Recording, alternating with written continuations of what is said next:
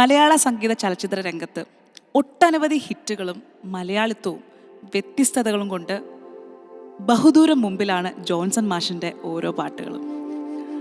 അദ്ദേഹത്തിൻ്റെ ഓരോ പാട്ട് നമ്മൾ പരിശോധിച്ച് കഴിഞ്ഞാലും അതിൽ ഓരോ നോട്ടിനും ഒരു ജോൺസൺ മാഷ് ടച്ച് ഉണ്ടാവും. എടുത്തു പറയുമ്പോൾ ഓരോ മലയാളിയുടെ മനസ്സിലുള്ളത് അദ്ദേഹം ചെയ്തു വെച്ചിരിക്കുന്ന പശ്ചാത്തല സംഗീതങ്ങളാണ്. അദ്ദേഹത്തെ വെല്ലാൻ ഇനി ഒരാൾക്ക് പറ്റുമോ? എനിക്ക് തോന്നുന്നില്ല. അത്രയും അദ്ദേഹം പ്രൂവ് ചെയ്തിട്ടാണ് നമ്മളെ വിട്ടുമാറുന്നത്. ജോൺസൺ മാഷിനെ ഞങ്ങൾ ഓർക്കുന്നത് അദ്ദേഹത്തിൻ്റെ അനുജലിലൂടെയാണ്. നമുക്കൊന്ന് ആസ്വദിച്ചിട്ട് വരാം.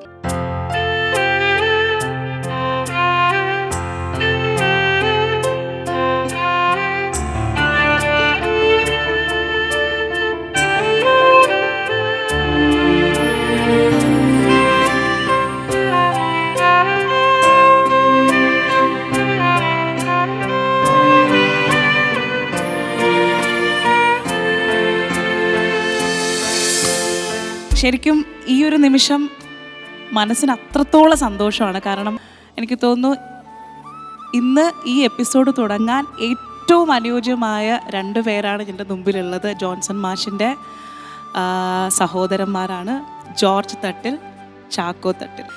കഥ പറയും പാട്ടുകളിലേക്ക് സ്വാഗതം ചെയ്യാണ്. Welcome to the show.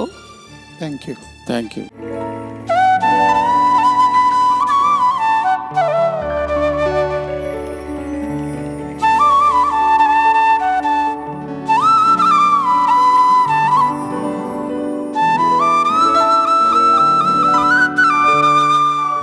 മാഷിൻ്റെ കൂടെയുള്ള ആ ഒരു ലൈഫ് എങ്ങനെയാണ് ഒന്ന് പറയാൻ പറ്റുക?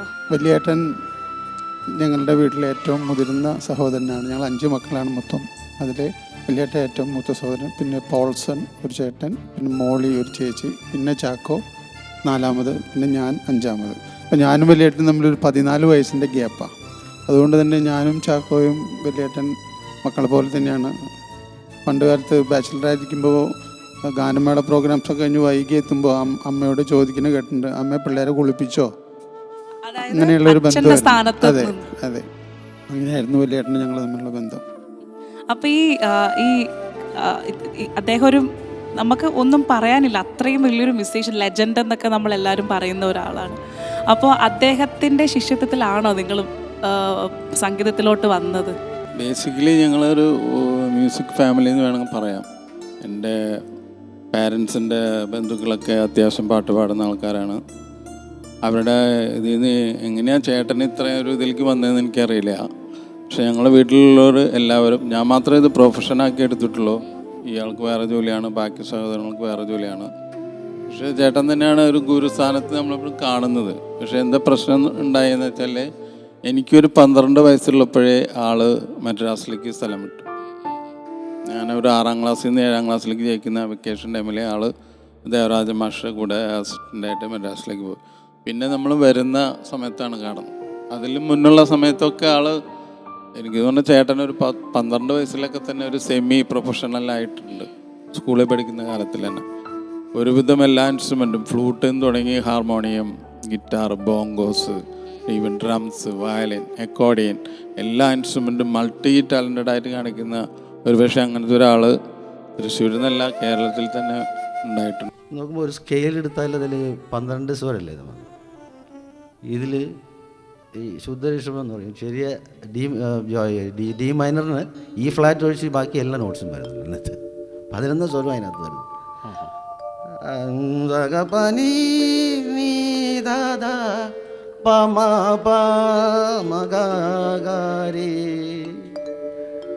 സ്വർണ്ണമുകിലേ സ്വർണ്ണമുകിലേ സ്വപ്നം കാണാറുണ്ടോ നീയും, സ്വപ്നം കാണാറുണ്ടോ?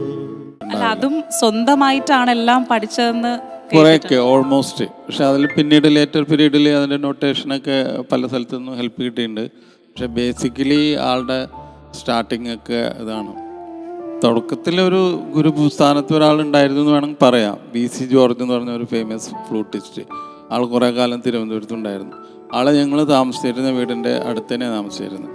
അപ്പോൾ ഒരു 10 വയസ്സ് കഷ്ടിയുള്ള ചേട്ടനെ അപ്പൻ കൈ പിടിച്ച് ഈ VC ജോർജേൻ്റെ അടുത്ത് കൊണ്ടുപോയി പഠിപ്പിക്കാൻ പറഞ്ഞിട്ടുണ്ടെന്ന് ഞാൻ പറഞ്ഞു കേട്ടിട്ടുണ്ട്. നിങ്ങൾ എങ്ങനെയാണ്, സഹോദരന്മാരെങ്ങനെയാണ് ആ ഒരു ട്രാക്കിലോട്ട്? ഞാനത് ബേസിക്കലി സിസ്റ്റമാറ്റിക് പഠിച്ച ആളാണ്. എൻ്റെ ഒരു +2 +1 കാലഘട്ടത്തിൽ ഞാൻ ഒഫീഷ്യലായിട്ട്, അപ്പോൾ ചേട്ടൻ മദ്രാസിലേക്ക് പോയി കഴിഞ്ഞു. പിന്നെ അവിടെ തൃശ്ശൂർ കിട്ടാവുന്ന ആൾക്കാരെ വെച്ച് അതിൻ്റെ വയലിൻ ബുക്ക് കാര്യങ്ങളൊക്കെ ആയിട്ട് പഠിച്ച ആളാണ്. പിന്നെ ഞാൻ മദ്രാസിൽ വന്നതിന് ശേഷമാണ് 87 തൊട്ടുള്ള ആളുടെ അവസാന കാലം വരെ ഞാൻ കൂടെ ഉണ്ടായിരുന്നു. ജോൺസൺ മാഷിൻ്റെ ഏത് വർക്കിലാണ് ആദ്യമായിട്ട് വായിക്കുന്നത്? ഈ പറഞ്ഞ ഇപ്പോൾ നമ്മൾ വായിച്ചു കേട്ട തൂവാനത്തുമ്പികളുടെ റീറെക്കോർഡിങ്ങും തനിയാവർത്തനം എന്ന് പറഞ്ഞൊരു ഫിലിം വന്നിരുന്നു. ആ ഫിലിമിൻ്റെ റീറെക്കോർഡിങ് രണ്ടും ഏകദേശം ഒരാഴ്ച ഗ്യാപ്പിലാണ് നടന്നത്. വെറും 3-4 ദിവസം കൊണ്ട് തീർക്കുന്ന റീറെക്കോർഡിങ്ങാണ്. അതിലാണ് ആദ്യം വായിച്ചത്. പക്ഷേ ഞാൻ സോങ് റെക്കോർഡിങ് ആദ്യം വായിച്ചത് മിന്നാമിനിങ്ങിൻ്റെ നുറുങ്ങുവട്ടം എന്ന ചിത്രത്തിന് വേണ്ടിയിട്ട് ആണ് ആദ്യമായിട്ട് സോങ്ങിന് ഞാൻ വയലിൻ വായിക്കുന്നത്.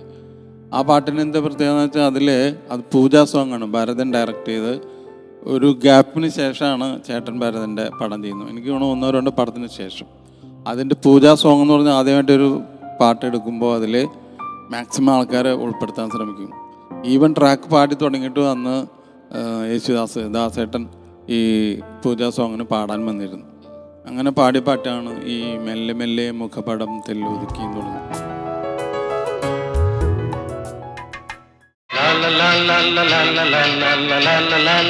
ഈ ഒരു പാട്ടിന്റെ റെക്കോർഡിംഗ് എക്സ്പീരിയൻസ് എങ്ങനെയുണ്ടായിരുന്നു? ഇത് ആ കാലഘട്ടത്തിൽ ഫുൾ ലൈവ് ഇൻസ്ട്രുമെൻറ്റ്സ് വെച്ചെടുക്കുന്ന ടൈമാണ്. ഒരു 15ഓളം വയലിൻ, എൻ്റെ വിയോളോ, ചെല്ലോ, കീബോർഡ്സ്, വൈബ്രഫോൺ, തബല, ഫ്ലൂട്ട് എല്ലാം ഒറ്റ സിംഗിൾ ടേക്കിൽ പോകുന്ന സമയം. ഇത് ആദ്യത്തെ ഈ ബേസിക് റെക്കോർഡിങ്ങിൽ ദാസേട്ടൻ തന്നെ വന്ന് നേരിട്ട് പാടിയതാണ് ഉണ്ടായിരുന്നു. ഒരു ആൾ തെറ്റിയാൽ ഈ പറഞ്ഞ പോലെ റീടേക്ക് പോയിക്കൊണ്ടേയിരിക്കും. ഇതെങ്ങനെ പെട്ടെന്ന് ഒരുപാട് റീടേക്കുകൾ ഉള്ള ഒരു പാട്ടായിരുന്നോ അതോ പെട്ടെന്ന്? 2-3 റീടേക്ക് വന്ന പാട്ടാണ്. അത്രേ ഉള്ളൂ. ഓൾമോസ്റ്റ് ഏത് പാട്ടിലും വരും 2-3, ചിലത് 10-12 പോയ പാട്ടുകളുമുണ്ട്.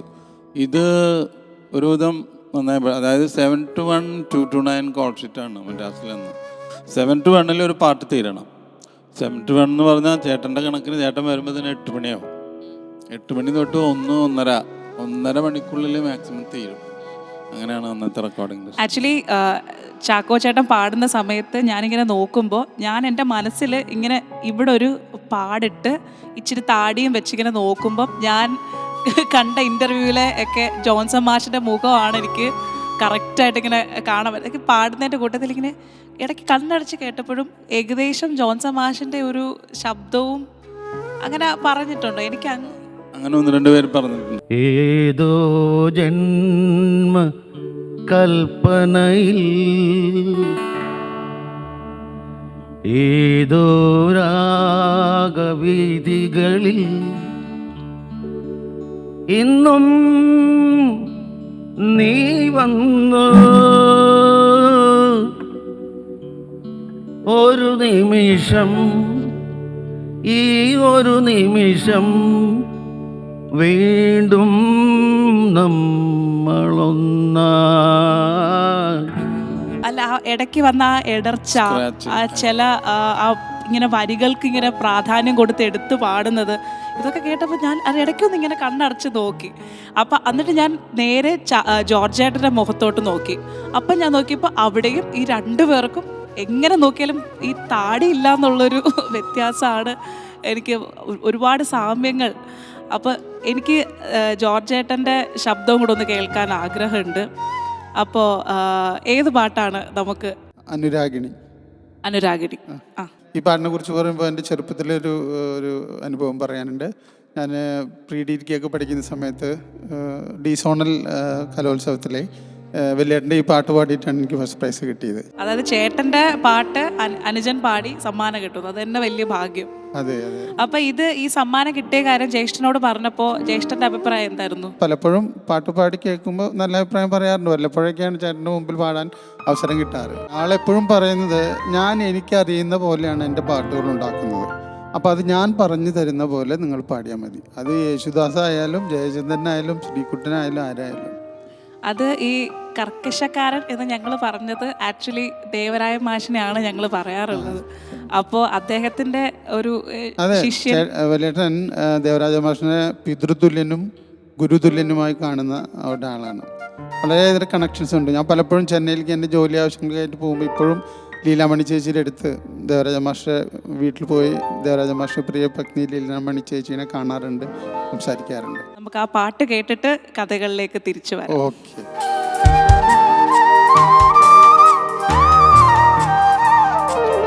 കായലിൻ പ്രഭാതഗീതങ്ങൾ കേൾക്കുമീ തുഷാരമേഘങ്ങൾ,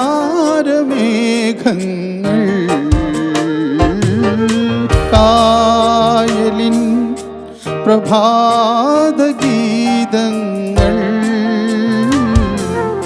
കേൾക്കുമീ തുഷാരമേഘങ്ങൾ, നിറമേകും ഒരു വേദിയിൽ കുളിരോലും ശുഭവേളയിൽ പ്രിയതേ മമ മോഹം നീയറിഞ്ഞു, മമ മോഹം നീയറിഞ്ഞു, അനുരാഗിണി ഇതായൻ കരളിൽ വിരിഞ്ഞ പൂക്കൾ.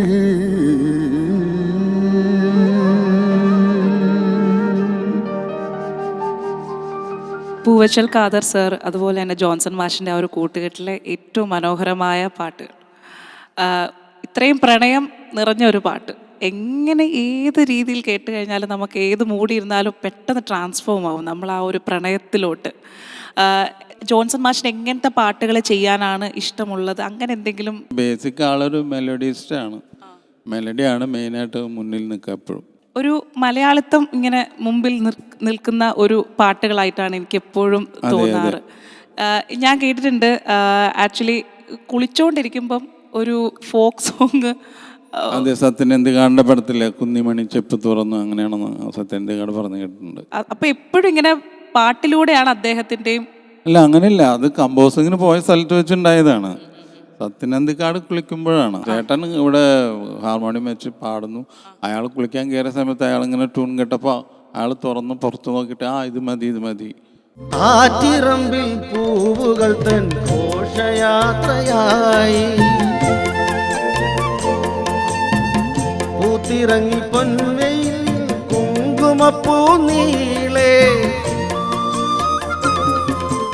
ആറ്റിറമ്പിൽ പൂവുകൾ തൻ ഘോഷയാത്രയായി പൂത്തിറങ്ങി പൊൻവെയിൽ കുങ്കുമപ്പൂ നീളേ, ആവണി തൻ തേരിൽ നീ വരാഞ്ഞതെന്തേന്നു, നീ വരാഞ്ഞതെന്തേ കുന്നിമണിച്ചെപ്പു തുറന്നു. ഞാൻ ഈ ജോർജേട്ടൻ്റെ പാട്ടും കൂടെ കേട്ടപ്പോൾ ഇങ്ങനെ ഒരു ചെറിയൊരു ചുളിവ്, ആ ഒരു പാട് ഇങ്ങനെ ഭയങ്കര നെറ്റിയിലെ ഒരു 2-3 സ്കാർ വന്നിട്ടുണ്ട് ആൾക്ക്. അത് വളരെ വർഷങ്ങൾക്ക് മുമ്പ് 92-ലെ ഒരു വട്ടം ട്രെയിനിൽ നിന്ന് ആളൊന്ന് വീഴുന്ന ഒരു സംഭവം ഉണ്ടായിട്ടുണ്ട്.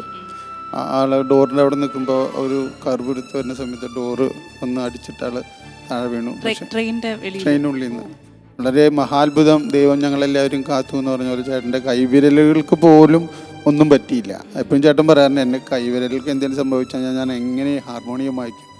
പക്ഷേ അത് ഒരു അനുഭവം, വളരെ ഒരു മഹാത്ഭുതം തന്നെ പറയാം. ഓടിക്കൊണ്ടിരിക്കുന്ന ഇല്ല, വണ്ടി അത്രയും സ്പീഡ് ആയില്ല. തിരുവല്ല സ്റ്റേഷൻ കഴിഞ്ഞിട്ട് എടുക്കുന്നേ ഉള്ളൂ. ചേട്ടൻ ബാത്റൂമിൽ ഇങ്ങനെ മുഖം വാഷ് ചെയ്യാൻ വന്നതാണ്. അപ്പോൾ ബാത്റൂം 2 എൻഗേജ്ഡ് ആയിരുന്നു. അപ്പോൾ ആള് ഈ സൈഡിലുള്ള ആ ഇതിൻ്റെ അവിടെ നിൽക്കുമായിരുന്നു. അത് കഴിഞ്ഞിട്ടൊന്ന് പുറത്ത് നോക്കാനായിട്ട് നിൽക്കുന്ന സമയത്ത് തട്ടി വീണത്. കാല് വഴുതി അല്ല, ട്രെയിനിന്റെ ഡോറ് വന്ന് തിരിഞ്ഞു അടിച്ചു. ഡോറ് വന്ന് പതുക്കെ തട്ടി. അങ്ങനെ അപ്പൊ എങ്ങനെയാണത്? അപ്പൊ ആള് വീണു. ഒരു ശേരി പ്രദേശം പോലത്തെ ഒരു ഭാഗമായിരുന്നു ഇത്. അപ്പൊ അവിടെയുള്ള ആൾക്കാരോട് ആള് വിളിച്ച് പറഞ്ഞു. അവർ വന്നു, ആക്സിഡന്റ് കണ്ടപ്പോൾ അവർ വന്നു. ഞാൻ ഇന്ന ആളാണ്, എന്നെ ഹോസ്പിറ്റലിൽ കൊണ്ടുപോകണം എന്ന് പറഞ്ഞിട്ട് അങ്ങനെ കൊണ്ടുപോയി. പക്ഷെ അത് പെട്ടെന്നുണ്ടായ ഒരു ചെറിയ ഹോസ്പിറ്റലിൽ പോയിട്ടാണ് ആ സ്റ്റിച്ചിങ് ഒക്കെ ചെയ്തത്. അതുകൊണ്ട് തന്നെ ആ സ്കാറുകൾ അവസാനം വരെ ആളുടെ ഒരു മുദ്ര പോലെ ആളുടെ നെറ്റിയിലുണ്ടായിരുന്നു. അതെ, കാരണം ഞാനത് എടുത്ത് പറയാൻ കാരണം വെച്ചാൽ ഞാൻ രണ്ടുപേരുടെ മുഖത്തോട്ടും ഞാൻ അങ്ങനത്തെ കുറച്ച് ചെറിയ ചെറിയ വ്യത്യാസങ്ങൾ എൻ്റെ കണ്ണിൽ തന്നെ ഞാൻ വരുത്തി. കണ്ണടച്ച് കേൾക്കുമ്പം സത്യം പറയാമല്ലോ, രണ്ടുപേരുടെ ശബ്ദവും ജോൺസൺ മാഷിനെ പോലെയാണ് എനിക്ക്. അതെല്ലാവരും പറയാറുണ്ട്. ചാക്കോ ചേട്ടനിലോട്ട് വരുമ്പം ഇപ്പോൾ ഓൾറെഡി ഈ ഒരു നിങ്ങളുടെ ഫാമിലിയിൽ ഈ ഒരു മ്യൂസിക്കിൽ ഇപ്പോഴും സജീവമായിട്ട് നിൽക്കുന്നത് അദ്ദേഹമാണ്. അപ്പോൾ ഈ മ്യൂസിക് കണ്ടക്റ്റ് ഒക്കെ ചെയ്യുന്നുണ്ടല്ലോ, ഒരുപാട് പാട്ടുകൾക്ക് ചെയ്തിട്ടുണ്ട്. അപ്പോൾ ഇതിന് എത്രത്തോളം ആയിരുന്നു ജോൺസൺ മാഷ് തന്നിട്ടുള്ള ആ ഒരു ഗൈഡൻസ്? അത് നമ്മളീ പറഞ്ഞ പോലെ ഞാൻ പറഞ്ഞില്ലേ, 87 മുതൽ ഞാൻ ആളുടെ ഓർക്കസ്ട്രയിൽ വായിക്കുന്നുണ്ട്. എല്ലാ പാട്ടിനും എന്ന് പറഞ്ഞ പോലെ ഉണ്ടാവും. ഒന്നുകിൽ വയലിനിസ്റ്റായിട്ട് അല്ലെങ്കിൽ വിയോള എന്ന് പറഞ്ഞൊരു ഇൻസ്ട്രുമെൻ്റ് ഉണ്ട്, അത് വായിച്ചിരുന്നു. ഈവൻ ചില പാട്ടിലൊക്കെ കീബോർഡ് വായിച്ചിരുന്നു. വീണ്ടും ചില വീട്ടുകാരങ്ങളിലെ ആ ക്രിസ്ത്യൻ ഭക്തിഗാനം ഉണ്ട്, വിശ്വം കാക്കുന്ന നാഥ, അതിലൊക്കെ ഞാൻ സെക്കൻഡ് കീബോർഡ് ഒരു ഓർഗൻ്റെ സൗണ്ട് ഇങ്ങനെ കേൾക്കാം, ശ്രദ്ധിച്ചാൽ അത് ഞാനാണ് വായിച്ചിരിക്കുന്നത്. അപ്പോൾ അത് കഴിഞ്ഞിട്ട് ചേട്ടൻ്റെ കൂടെ ഉണ്ടായിരുന്ന അസിസ്റ്റൻ്റ് രാജാമണി എന്ന് പറഞ്ഞ നിങ്ങളറിയാം, ആൾ ഒരുപാട് പടങ്ങൾ ചെയ്തിട്ടുണ്ട്. പിന്നീട് ആളാണ് അസിസ്റ്റൻ്റ് ആയിരുന്നത്. ആൾ ബിസി ആയപ്പോഴാണ് ഓട്ടോമാറ്റിക് എനിക്ക് അങ്ങനെ ഒരു ചാൻസ് വന്നത്. ഇപ്പോൾ 2001 ഞാൻ ആദ്യമായിട്ട് കണ്ടക്ട് ചെയ്യുന്നത്, അതായത് അസിസ്റ്റൻ്റായിട്ട് വർക്ക് ചെയ്യുന്നത്. സ്വയംവര പന്തൽ എന്ന് പറഞ്ഞൊരു സിനിമ ഹരികുമാർ ഡയറക്റ്റ് ചെയ്ത് ജയറാം നായകനായി അഭിനയിച്ചത്. അത് കഴിഞ്ഞിട്ട് പിന്നെ അവിടുന്ന് ആളുടെ അവസാനം വരെ 2011 ലാസ്റ്റ് പടം വരെ ഞാനാണ് അസിസ്റ്റൻ്റായിരുന്നത്. ചാക്കോ ചേട്ടൻ കണ്ടക്ട് ചെയ്ത സോങ്ങുകളിൽ ഒരു ഇഷ്ടമുള്ളൊരു പാട്ട് ഏതായിരിക്കും? എനിക്കിഷ്ടപ്പെട്ട സോങ്ങാണ് യാത്രക്കാരുടെ ശ്രദ്ധിക്കുന്നുള്ള സിനിമയിലെ ഒന്ന് തൊടാനുള്ളിൽ തീരാമോഹം. എൻ്റെയും ഒരു ഫേവറേറ്റ് സോങ് ആണ്. അപ്പം അതും നമുക്കൊന്ന് കേൾക്കാല്ലേ? ഒന്നു തൊടാനുള്ളിൽ തീരാമോഹം, ഒന്നു മിണ്ടാൻ നെഞ്ചിൽ തീരാദാഹം. ഒന്നു തൊടാനുള്ളിൽ തീരാമോഹം, ഒന്നു മിണ്ടാൻ നെഞ്ചിൽ തീരാദാഹം. ഇനി എന്തു വേണമിനി എന്തു വേണമീ മൗനമേഘമലിയ പ്രിയമ്പതേ. ഒന്നു തൊടാനുള്ളിൽ തീരാമോഹം, ഒന്നു മിണ്ടാൻ നെഞ്ചിൽ തീരാദാഹം.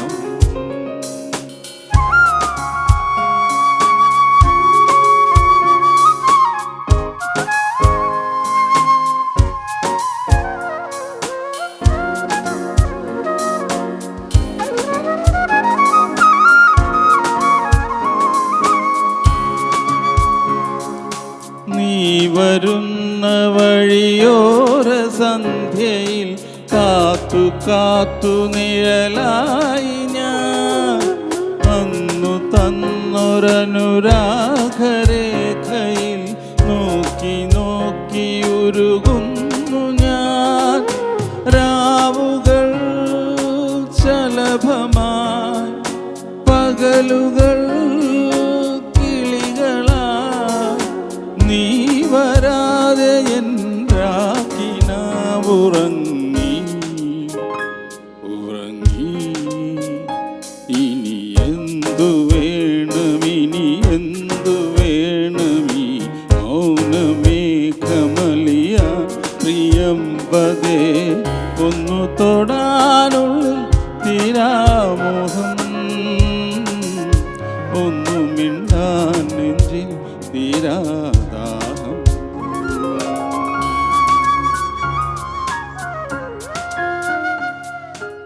ഓരോ മലയാളികളും കേൾക്കാൻ ആഗ്രഹിക്കുന്ന കാത്തിരിക്കുന്ന ജോൺസൺ മാഷിൻ്റെ ഓരോ കഥകളും ഇവിടെ തീരുന്നില്ല.